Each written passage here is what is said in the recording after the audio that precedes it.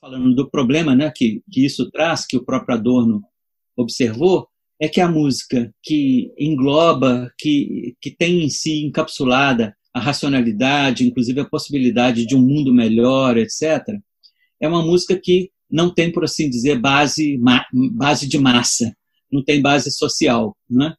E, por outro lado, a música que tem realmente base de massa, música que tem base social, que é a chamada música popular, é uma música que ela se presta muito mais à manipulação das consciências das pessoas, etc., do que a veiculação de mensagens que projetam, que almejam um futuro melhor para a humanidade, alguma coisa dessa ordem, entende? Eu trabalho com o pensamento de Adorno há muito tempo, há mais de 30 anos, né?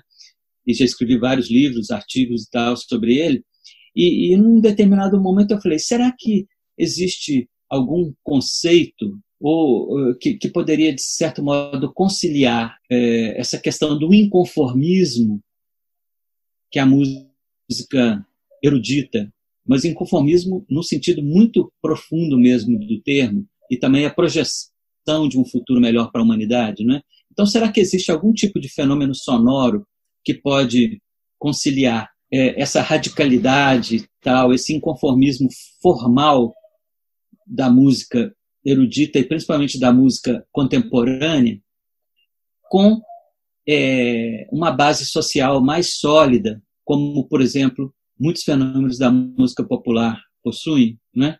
Então eu pensei em alguns fenômenos. O fenômeno, para mim, que é mais paradigmático e sobre o qual eu já falei, escrevi um bocado, é o fenômeno, né, da cultura hip-hop, né? E aí eu estou usando o termo cultura hip-hop porque eu não vou falar só da música, do rap, ou enfim, enfim, do trabalho dos MCs, ou não apenas da dança dos break boys. Eu não vou falar mais disso, mas assim, tudo que diz respeito ao hip-hop, pelo fato de ser uma cultura inconformista, uma cultura de juventudes periféricas no mundo inteirinho, é uma cultura globalizada, né?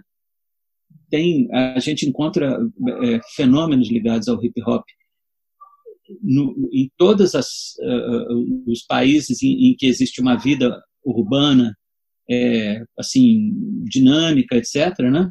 Então, a partir, principalmente prestando atenção nesse fenômeno, me ocorreu a ideia de propor um novo conceito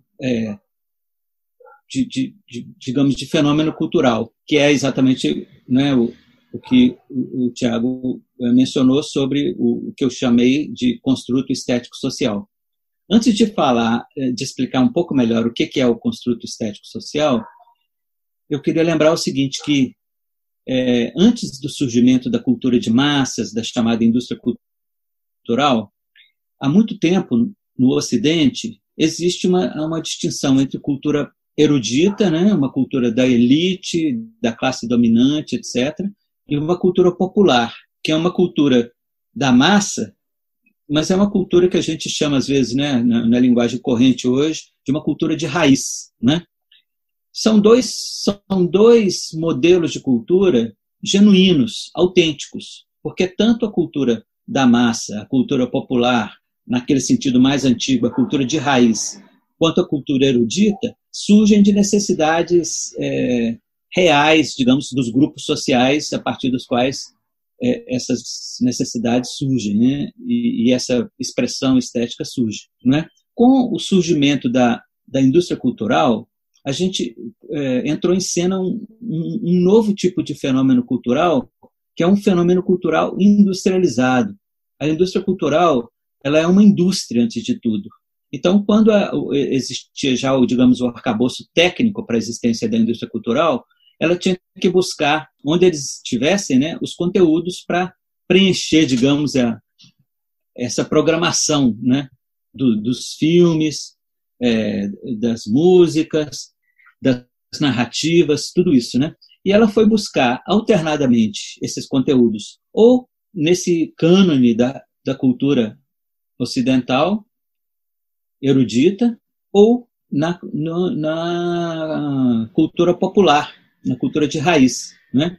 Então, o surgimento, por exemplo, desse modelo de música popular que existe praticamente no mundo todo e que surgiu nos Estados Unidos na virada do século XIX para o século XX, foi a partir, por exemplo, das raízes afro-americanas, né? Mas aí esse modelo de uma cultura autêntica afro-americana foi apropriado pela indústria cultural, e depois que isso aconteceu, essa música nunca mais foi a mesma, né? Ela sempre esteve sob o signo da manipulação, né?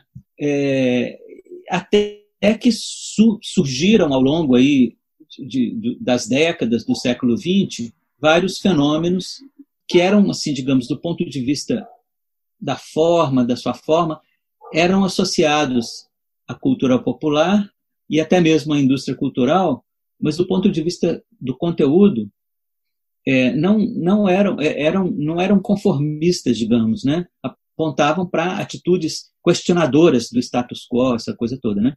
Certo? Então, eu costumo dizer mais esquematicamente, né, que antes da indústria cultural existiam dois modelos de cultura autêntica, né?